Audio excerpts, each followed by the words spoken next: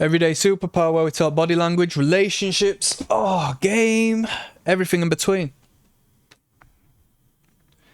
I don't normally do this, but I got a couple of books with me. I'll just show you the one. I've read this a few times. Love Signals. David Gibbons, PhD, a practical field guide to the body language of courtship. Put you onto some game. Let's talk about relationships and attraction. I mean, I'm a fountain of knowledge. I want you to hold on until the end. Soak up this good game. We're going to go through some good information. The topic of today is something you'll have heard, packaged in a multitude of different manners, but I'm going to, give you what you really need and cut the shit out. Self-esteem is critical. Confidence in one's own worth or abilities. Self-respect. Self-esteem is critical. Now this aligns with the cliche of just be yourself, bro. Doesn't work. It's irrelevant. Anybody who tells you to just be yourself has got no subcontext to what that means. They just give you that line, and then you might probe, what do you mean by that? And you'll see them start to stutter and butter as if they were like programmed to say that, like a robot. NPC theory in full effect. But self-esteem is critical.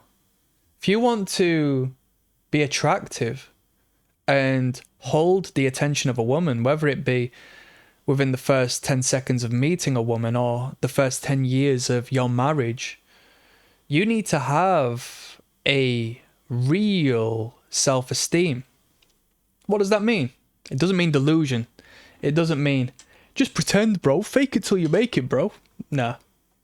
I mean, I guess it would be good to understand how to fake it and look into the theoretics of what might make one confident and have self-esteem, so you can slowly and surely frame yourself into that position and believe oneself to be prior to achieving it. I guess that's better than being a losing bum. But she's going to know you're not that person. She's going to perceive your value as lesser than hers. It's within her biological makeup. You can't escape that. She can't escape seeing you for what you are.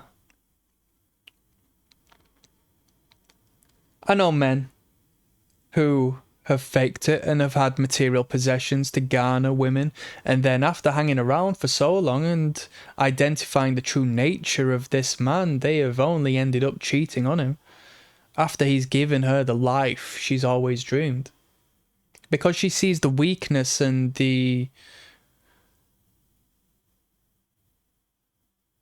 deterioration that she has onset into his character, life, and reality. She's just had to be herself and she's broke him down into nothing. That's not very masculine. I thought you were supposed to be strong. So self-esteem and confidence stems from competence. You need to be self-aware and you need to put yourself to the fire. You need to be well-read. You need to be in complete pursuit. And when you are stable, financially, intellectually, societally, it's gonna help you and aid you into being a little more carefree, given that you aren't in position to lose what you've acquired. And given that you have, established your foundation in a sturdy manner, it will resolve in you essentially being able to say and do whatever you want, within the legal realm, because what's anyone going to do? That is the position you need to be in. And if you were to get to that position, of course you're going to have self-esteem. If you can make money and you know the structure and you know the patterns, you're gonna have an unconscious degree of self-belief that manifests a different character to a man who gets paid a little bit more but has to work under a boss who could fire him at any time. Sigmund Freud, castration anxiety. It could happen. It could happen. That boss might be your best friend, but unconsciously there's a looming darkness that may manifest into your reality at any time when your boss has a bad day and says, "Get out. I don't like you anymore. Company's going bust. You're unemployed. Sorry. Go back to your missus. Tell her you're not bringing anything home this week, this month, this year." If you walk on eggshells, you can consciously try and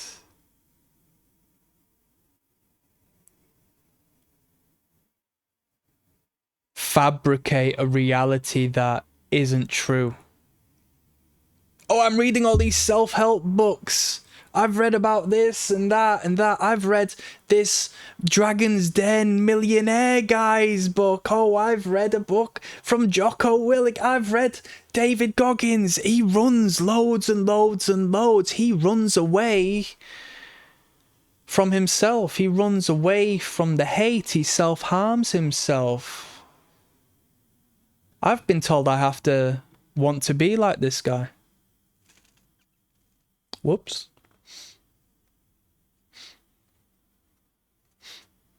I want to be miserable and hard.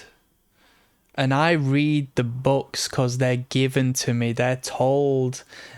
I've been told that I have to support this. That's not self-esteem. You're not taking your own path.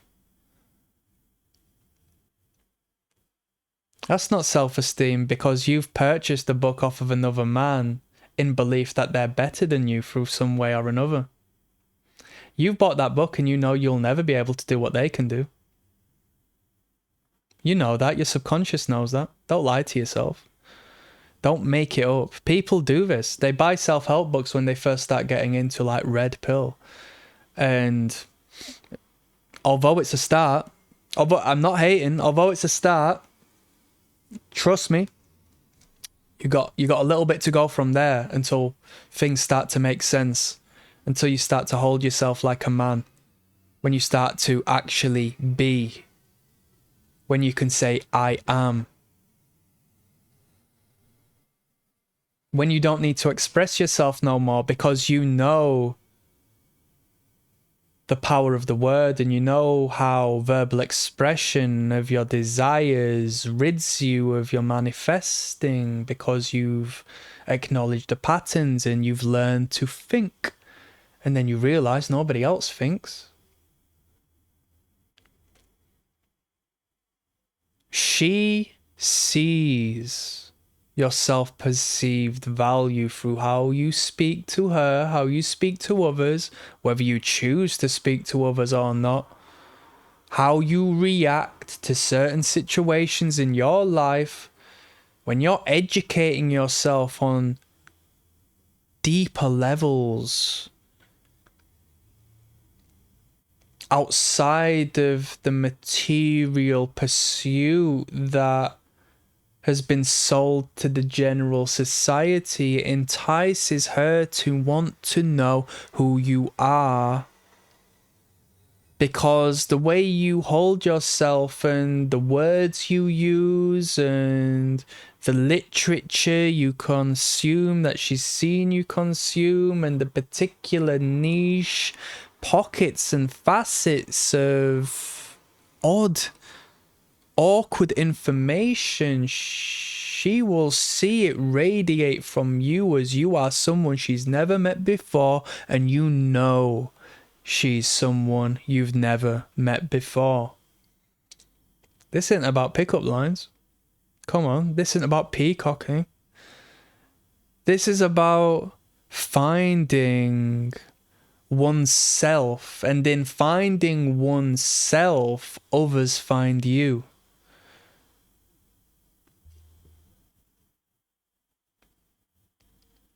I don't need to sell you on what I know and what I don't know and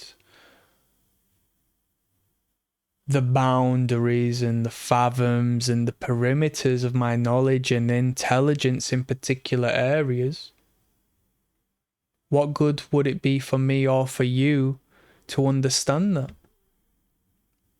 I don't know my own boundaries and perimeters. Isn't that funny? Because you go into a generalized relationship, that woman knows that man inside and out, she gets bored of him and leaves him. There's no mystery, there's no spontaneity, there's no rush, there's no adrenaline, there's no independence anymore.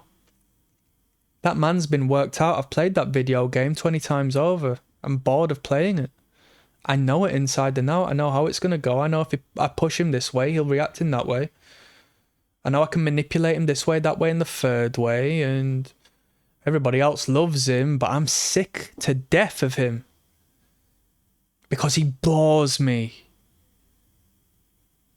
And I'm so fascinated by these other men in the world. I think I'm going to leave him. I think I'm going to give him a reason to fall out with me and dump me. That's what these women do. So if you yourself can't fathom your own boundaries, how can she?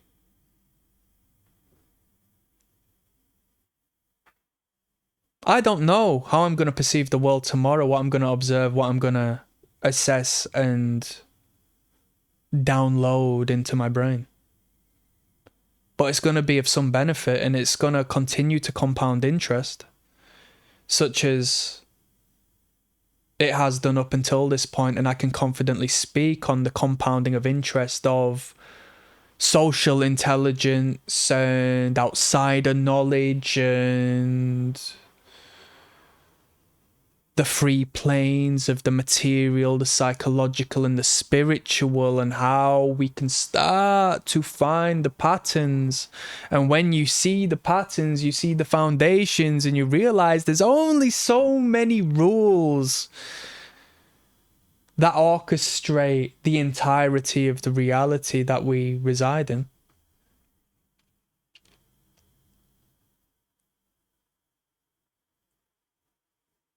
Do you think she's going to come to you and want to talk to you about Love Island? She's going to want to hear about you. She's going to want to hear about who you are. She's going to be fascinated in you. You can talk to her about Love Island, such as the next man and the next man and the next man and the next man and the next man and the next man and the next man and all of her girlfriends. And if you're sharing the same interest as her girlfriends, she's going to think, where's the man?